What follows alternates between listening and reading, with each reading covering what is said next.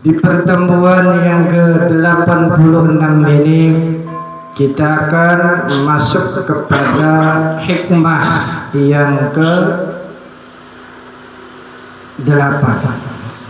Hikmah yang ke-8. Di baris akhir nomor 9 kitab Al-Hikam, bismillahirrahmanirrahim. Idza fataha laka wajhatan minat ta'rifi fala tubali ma'aha ankilla amaluka fa innahu ma fatahaha laka illa wa huwa yuridu ayyata'arrifa atau ayyata'arrafa ilaika alam ta'lam anna at-ta'rifa huwa mawruduhu alayka wal a'malu anta mahdihan ilaihi wa aina ma tahdihi ilaihi mimma huwa mawruduhu alayka. Namun ditakoni apa je maksudnya? Mbok belum ngerti. Iya. Makanya dengan hikmah yang tadi dibaca, yuk kita sama-sama mendekat dan merapat agar bisa sama-sama tahu apa yang terkandung di dalamnya.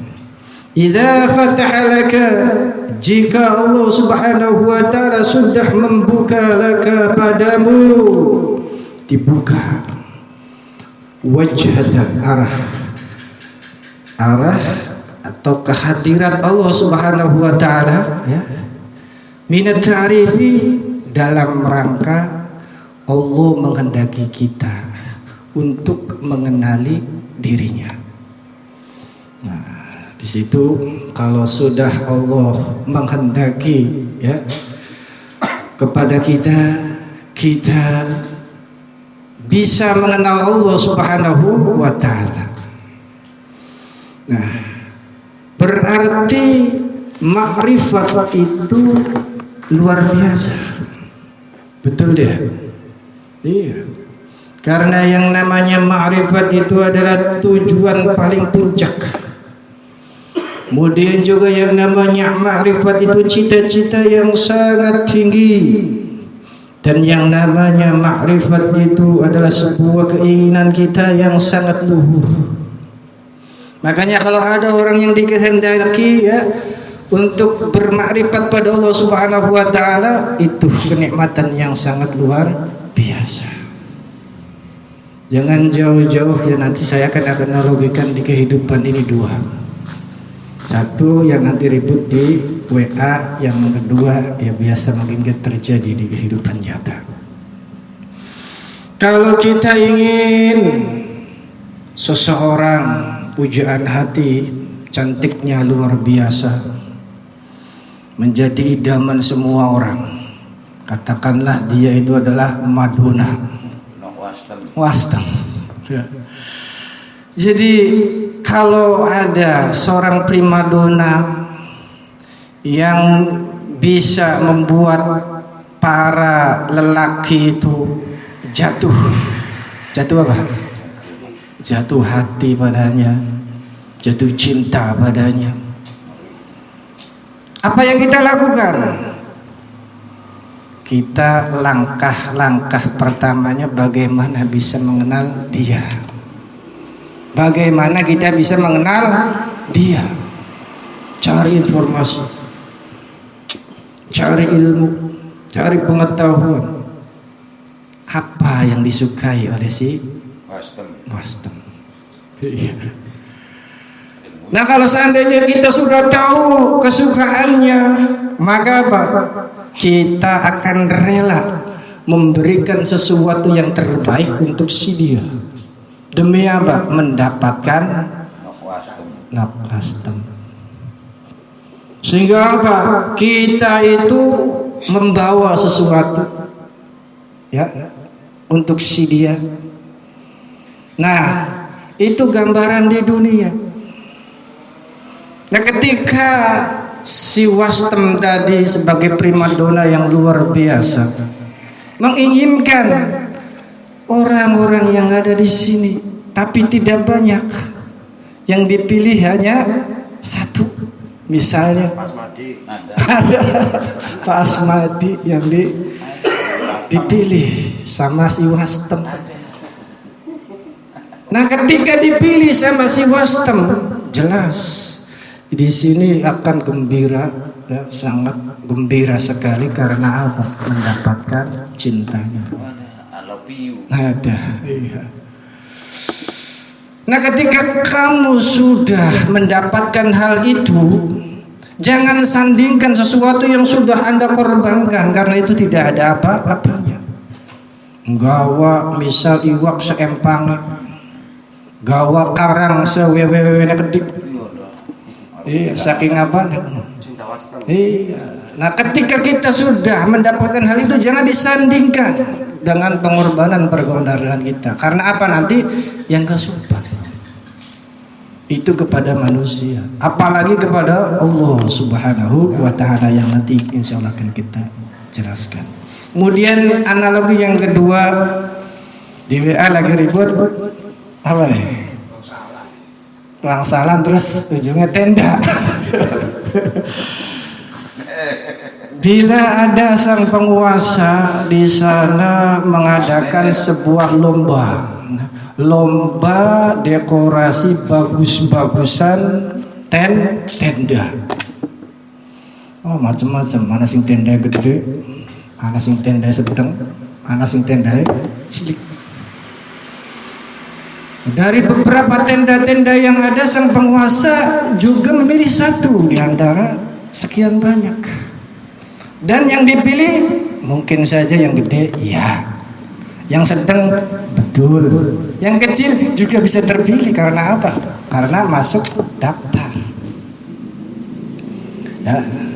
Jadi ketika Allah Subhanahu wa Ta'ala ingin mengenalkan dirinya, ya, di kehadiran Allah Subhanahu wa Ta'ala kepada hamba-hambanya, bukan keinginan kita tapi keinginan Allah.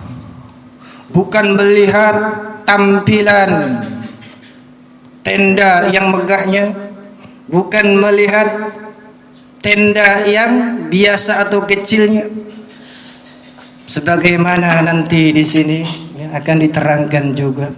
Jadi kalau seandainya di sana ya, sang penguasa memenangkan tenda yang kecil, berarti dia telah beruntung luar biasa. Karena apa? Sudah dikehendaki oleh sang penguasa untuk bertemu dia, dan dia akan mendapatkan sesuatu yang sangat berharga. Ya mungkin hadiah apa, belum ngerti. Nah, itu adalah gambaran di dunia.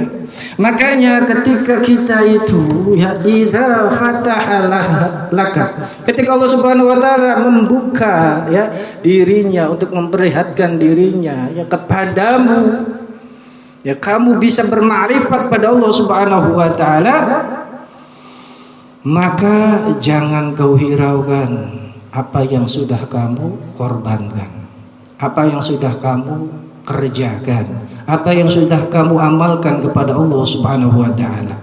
Jangan kau sandingkan amal-amalmu di hadapan Allah Subhanahu wa Ta'ala.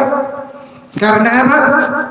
Karena Allah itu menginginkan dirimu untuk mengenal dirimu, ya. Allah ingin mengenalkan dirinya kepada dirimu. Itu bukan lantaran amal-amalmu, bukan. Ya. Jadi kalau seandainya di sana ada yang berpikir ya amalan hebat sangat luar biasa itu bisa nanti bermakrifat dengan Allah, ya, tapi bukan karena amalnya. Ingat, karena rahmat Allah Subhanahu wa Ta'ala yang Allah Subhanahu wa Ta'ala berikan. Nah, makanya yang namanya makrifat ya Allah Subhanahu wa Ta'ala menginginkan kamu ya untuk kamu bisa berkenalan dengan Allah, kamu bisa mengetahui Allah Subhanahu wa Ta'ala, itu lebih mahal dibandingkan dengan hadiah yang kau persembahkan. Ya, seperti tadi di dunia yang kau bawa macam-macamnya, itu tidak apa-apanya dibandingkan ya tujuan kita yang sangat luar biasa tadi, mendapatkan cintanya si Wastem. Jadi karena makrifat itu sangat luar biasa ya, tujuan yang luhur, yang sangat tinggi dan sempurna di dunia ini, Jadi saat Allah itu menghendaki kita sebagai hamba Allah Subhanahu wa taala untuk mengenali Allah Subhanahu wa taala, maka Allah Subhanahu wa taala buka ma'rifat kita.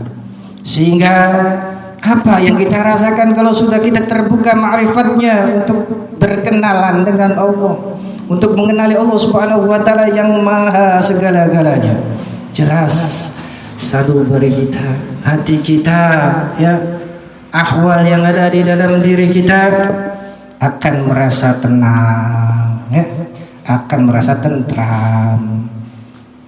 Entah itu kita dihantam berupa ujian-ujian yang sangat luar biasa, kita tetap tenang, tetap santai. Karena apa ya tadi? Sudah mengerti hakikat Allah Subhanahu wa ta'ala. Jadi hal yang seperti itu ya sangat luar biasa, sangat besar sekali. Makanya tadi jangan kau sandingkan, ya saya itu sudah beramal zikir ribuan, saya sudah ribuan, jutaan, bahkan sampai wah tasbih gemuterin sampai kenceng. Jangan seperti itu. Bahkan ketika kita sudah menghadapi sang penguasa atau kita sudah menghadapi sesuatu yang kita tuju, tanggalkan semuanya. Amal kita tinggalkan, ilmu kita tinggalkan, baju tinggalkan, semuanya. Yang penting kita bisa nanti bertemu dengan ya tadi Allah Subhanahu wa taala. Karena ketika kita masih membawa amal, masih membawa ilmu, masih membawa sesuatu yang melekat pada diri ini, Allah tidak perlu. Allah nanti tidak mau. Is gampangannya mah sampeyan pengen ketemu karo si wastem ya. Dikehendaki ning wastem ya, tapi sira masih ngadir-ngadirna. Sedangkan dia itu punya segala-galanya, kanggo beli. Orang kanggo yang kudu. Orang hutan bebitan nih. Malah nyengitakan gua nenek. Karena apa? Yang udah kita duit segala-galanya, kita kena sangat banyak. Nah begitu. Apalagi dengan Allah Subhanahu wa ta'ala, ya. Jadi jangan kita hiraukan amal kita sedikit, jangan kita hiraukan amal kita banyak. Kalau engkau diberikan Allah Subhanahu wa ta'ala, kalau kita dikehendaki Allah Subhanahu wa ta'ala, maka kita itu bisa bermakrifat dengannya. Ya seperti mungkin jalan yang dilalui oleh orang-orang yang dekat, oleh orang-orang muqarrabin, dia mendapatkan musyahadah hakul yakin kepada Allah Subhanahu wa taala, mengenali Allah Subhanahu wa taala itu bukan karena banyaknya pekerjaan kepada Allah. Dia itu bisa ya bermakrifat bukan karena amal-amal yang banyak. Nah, kemudian di kitab ini juga diingatkan untuk kita, saat kita pertaruhkan amal kita segunung di hadapan Allah Subhanahu wa taala, ya, kita tonjolkan di hadapan Allah Subhanahu wa taala, maka kita itu tidak akan bisa sanggup, ya, istilah kata membeli Allah Subhanahu wa taala. Jadi kenapa? Karena amal-amal soleh itu ya maaf, kalau kita sodorkan itu akan terjajah dengan tingkah buruk kita, dengan adanya riya, adanya sombong, adanya ya hubungan yang tidak baik dengan yang lain. Ya, jelasnya madisanya banyak enggak ikhlasnya ketika kita mengandalkan amal kita. Nah maka ya Allah Subhanahu wa taala di situ uji manusia dengan sebab dosa. Itu adalah media yang istilah kata ekspres untuk bisa apa? Mengenal Allah Subhanahu wa taala. Makanya Allah Subhanahu wa taala uji dengan apa? Penderitaan demi penderitaan sebab dosa kita. Allah uji di kehidupan kita dengan apa? Kegagalan dan kegagalan. Allah uji ya kepada kita apa? Sakit dan sakit, kekecewaan dan kekecewaan. dan lain sebagainya. Itu mungkin lantaran sebab dosa kita. Berarti ternyata Allah Subhanahu wa taala saat menguji kita sebagai hamba, Allah itu lagi membukakan diri kita untuk dikehendaki oleh Allah Subhanahu wa taala untuk mengenal Allah Subhanahu wa taala lebih dekat lagi, lebih erat lagi di hadapan Allah Subhanahu wa taala. Makanya banyak ujian-ujian berat yang Allah Subhanahu wa taala limpahkan kepada hamba-hamba nomor satunya. Seperti sebagian para nabi, seperti sebagian daripada para rasul, itu tidak lepas daripada ujian yang sangat luar biasa. Ketika mereka menjerit, Allah senang dengan jeritan-jeritan mereka.